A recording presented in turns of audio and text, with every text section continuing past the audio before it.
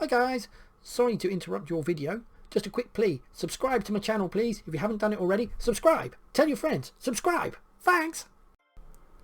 Hello my dear. Gavin has drafted me in to help to see if I can expand your knowledge, try and shed some extra light, try and clarify situations. And what I thought I would do is I would use the rather excellent document that Gavin has produced about how a car works. A lot of people understand it but then get confused with the numbers, so I thought I'd go through it, see what I can do to help clarify, obviously on the high level. So let's have a look here. Over here we've got how a car works. Okay, so it is very important that you separate an engine from a car. Think of them as two completely separate things. So over here we have an engine, and then over here we have a car. Now, a car, yes, it is a big box. It's got seats in it and all sorts, but it is basically underneath. You've got the wheels of a car, then you've got a gearbox, and then you've got half a clutch that connects to the gearbox. And on an engine, what you've got is a big box that makes lots of banging noises and burns fuel, and it has another spinning disc that comes out of it. Together, those two parts make one clutch, but you have one individual part attached to each of the other components. So this part is connected to the engine and this part is connected to the gearbox. If we have a look at a car, here is a car. Remember, nothing to do with an engine. You could push this soapbox, you could push it down the hill by using a friend. He brought a friend with him. Jolly. Alternatively, you could use gravity.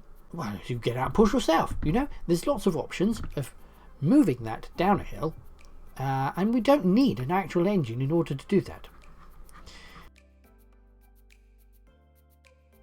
Let's talk about the engine. The engine is basically like a fireplace. So it has a minimum operating speed of about 800 RPM, and that is known as idle. If, when I say RPM, I'm meaning revolutions per minute, or revs. So it's 800 RPM, and that's where an engine will just rest. You know, when you turn an engine on, you just leave it. It's idling at 800 RPM. If it gets down to 600 RPM, then the engine will stall. Right, now, the thing that keeps the engine running is an idle valve, and that is a butler, for want of a better word. I have butler inside the engine. He's called Jeeves in my instance, and his job is there to keep squirting diesel into the engine, and it keeps the engine running. Okay, now if he didn't squirt diesel into the engine, then effectively a fire inside would go out. The engine operates at greater or equal to 800 RPM, and the fire gets bigger inside by squirting more fuel into it. The more fuel we fire into it, the bigger the fire gets and the more explosions and the faster the engine spins around, and that is the responsibility of the driver. So there I am with my license. So I push the accelerator and I create all the revs in this section here. If I take my foot off the accelerator, the revs will drop back down to 800 RPM, where Jeeves takes over and keeps the engine running for me. Jolly good, Jeeves. But if we get down to 600, then we stall the engine. That's basically the engine done. Let's move on to the gearbox. If I can find one, there it is. Marvellous. Right, now the gearbox. Shall we zoom in a little bit on that? Here are some facts for my manual car, my Ford Focus. Okay, and it does vary from car to car. So this is the disc that we saw, half of a clutch that is connected to a gearbox, and the other side of the gearbox fires out to the wheels. So a fact for you is, in my car, and it varies, if I get this running at 800 RPM, so if that's spinning at 800 RPM and I'm in first gear, I get 5 miles per hour at the wheel. And in my car, it is 5 times the gear number. So here it's running at 800 RPM. If I was in first, I'd get 5, but if I was in second gear, I'd get 10. In third, I'd get 15. You guessed it, if I was in fourth, I'd get 20. Right. Now remember, this has got nothing to do with the engine. This is just purely up here, the miles per hour, gearbox, and the clutch. So we're talking about the RPM here on the clutch. Okay? So here we are. This is fact, because they are all connected. If I was in first gear, here's my 5 miles per hour at 800. So if I was doing 2.5 miles an hour, so half the speed, the clutch would be rotating at half the speed, and if we were stationary, it would be stationary. And if I double my speed on the car, I would double the speed of the clutch. Equally though, if I doubled the speed of the clutch again, that in turn would make my car double in speed. So as you can see, this is connected to that via this. So if that stops, that stops. And if that travels fast, that travels fast. Okay, so they're actually really connected. And here we have another diagram, because I'm splendid like that. So as you can see, as the speeds increase, there is a direct correlation between the speed at the wheel and the speed of the clutch. Right. Now we all know that a gearbox basically just takes a speed in. There we go. So we take that speed in, multiplied by the gear, and I get a speed out, or vice versa, going back the other way. That's all a gearbox does. There is, inside the gearbox, you normally have this connection here. In my car, I've actually got 6, so reverse is actually out here. However, this line in the middle is neutral, and that is where they basically take a cog out of the gearbox. So even though that's spinning, there is no cog in here, and therefore the power does not get to the wheels. So it's basically like taking the cog out, or a chain off a bicycle, for instance. I just want to go high level on you. Here we have a diagram. So we zoom in on that bit. There we go. Right, so this part is the engine. And in my car, because it's a diesel, it doesn't spin very fast. Here we have a red zone, which is where the engine would stall.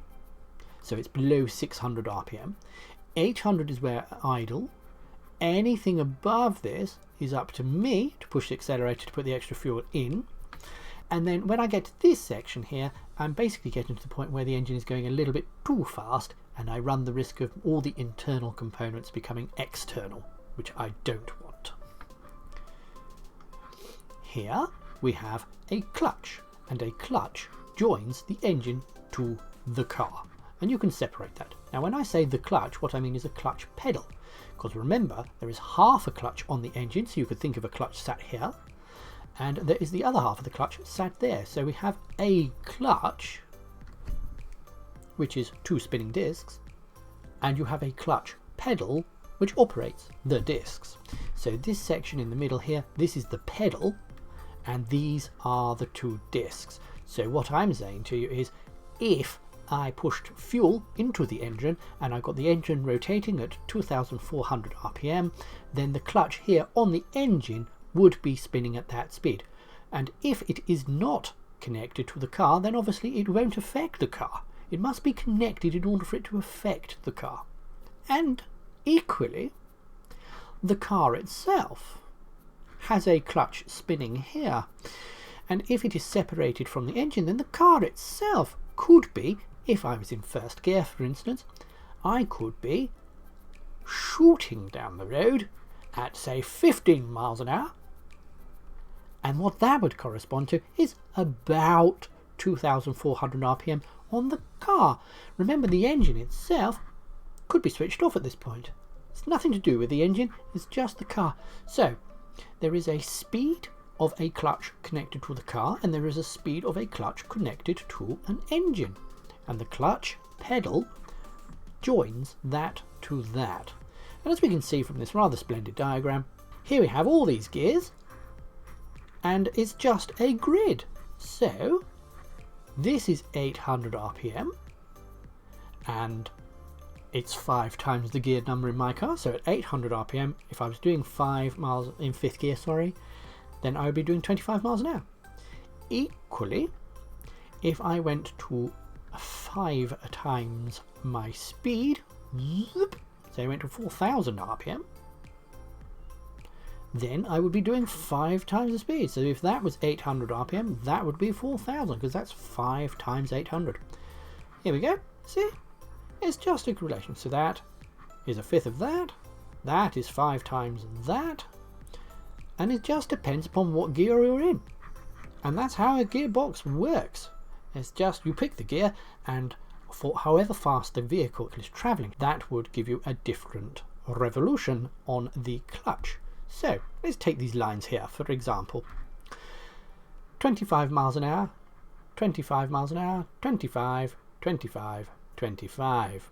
Now if I was in first gear, then my revolutions would be 4,000 RPM on the car. Okay, 25 mile an hour here in second gear would be about 2,000. Is that roughly 2,000? 25 miles an hour here is roughly 1,003, all the way up to here, where 25 miles an hour is in fact 800 RPM. So as you can see, the speed of this rotating matches with the speed of the car and the gear that you have picked. So if I was in fourth gear, it would be that speed. First gear, it would be that speed. And then so here you could imagine a big spinning disc connected to this blue line here, and it just correlates. Now, the issue comes when you start incorporating the engine. But as you can see, if here on the car, remember the car separate from the engine, if I wanted to stop the car and just go to 0 miles per hour, then the speed of the clutch would be 0. And it wouldn't be a problem. I could just put the brake on and stop the car, couldn't I? Providing that I am separated from the engine.